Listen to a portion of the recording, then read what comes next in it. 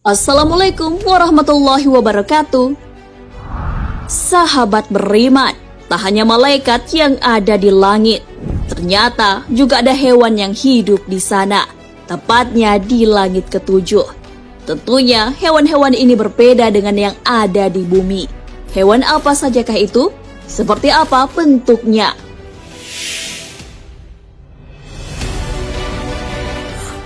Belalang emas. Ketika Isra Mi'raj, Nabi Muhammad SAW sampai pada langit ketujuh. Beliau melihat beberapa hewan yang hidup di sana. Salah satunya adalah belalang emas. Ia berterbangan di pohon Sidratul Muntaha. Pohon ini sangat besar. Akar dan rantingnya berada di langit yang berbeda. Akarnya di langit ke-6, sedangkan rantingnya di langit ke-7.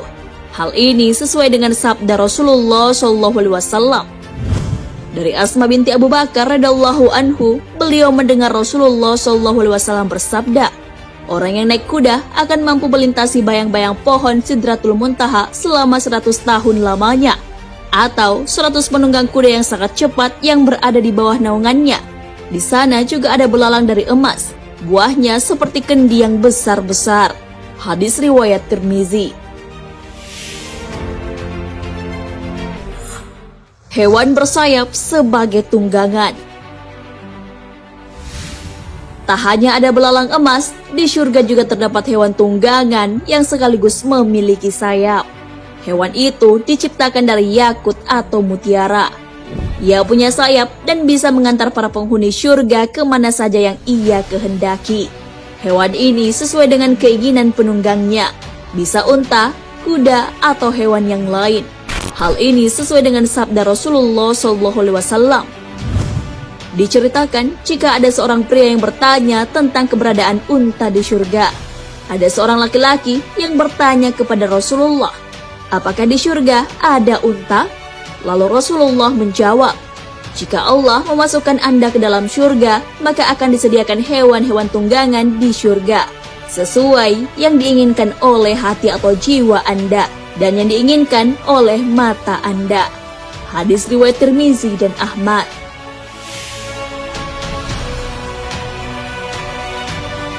Tak hanya itu, Rasulullah SAW juga pernah ditanyai tentang keberadaan kuda di surga.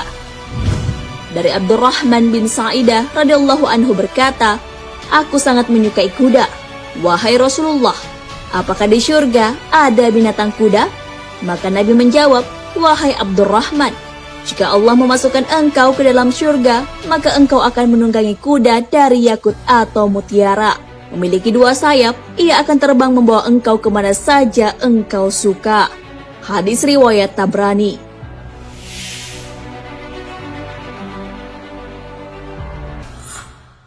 Burung hijau di Arsy. Untuk para syuhada yang mati syahid, tembolok burung-burung hijau akan menjadi tempat tinggalnya. Burung-burung ini memiliki lentera yang bergelantung di Arsy. Mengenai burung hijau ini, Rasulullah menjelaskan dalam sabdanya, sesungguhnya ruh-ruh para syuhada itu ada di dalam tembolok burung hijau. Baginya ada lentera-lentera yang tergantung di Arsy. Mereka bebas menikmati surga sekehendak mereka.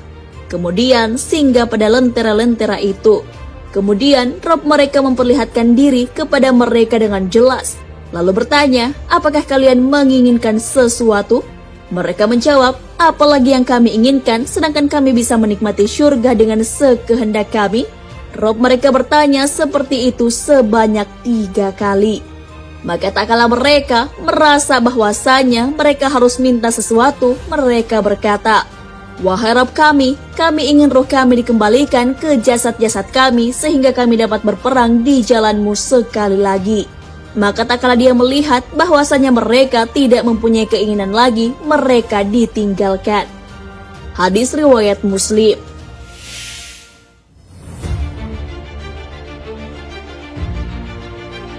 Nah, sahabat beriman, itulah beberapa hewan yang hidup di langit ketujuh. Hewan-hewan tersebut tentunya berbeda dengan yang ada di dunia.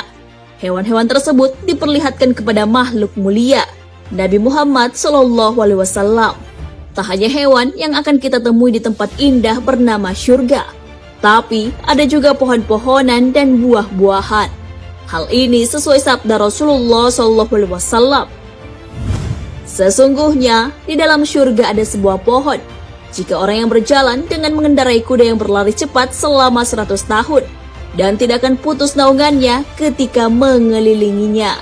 Hadis riwayat Bukhari dan Muslim. Wallahu a'lam bishawab.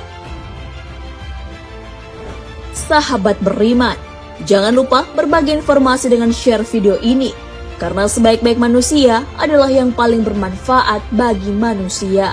Wassalamualaikum warahmatullahi wabarakatuh.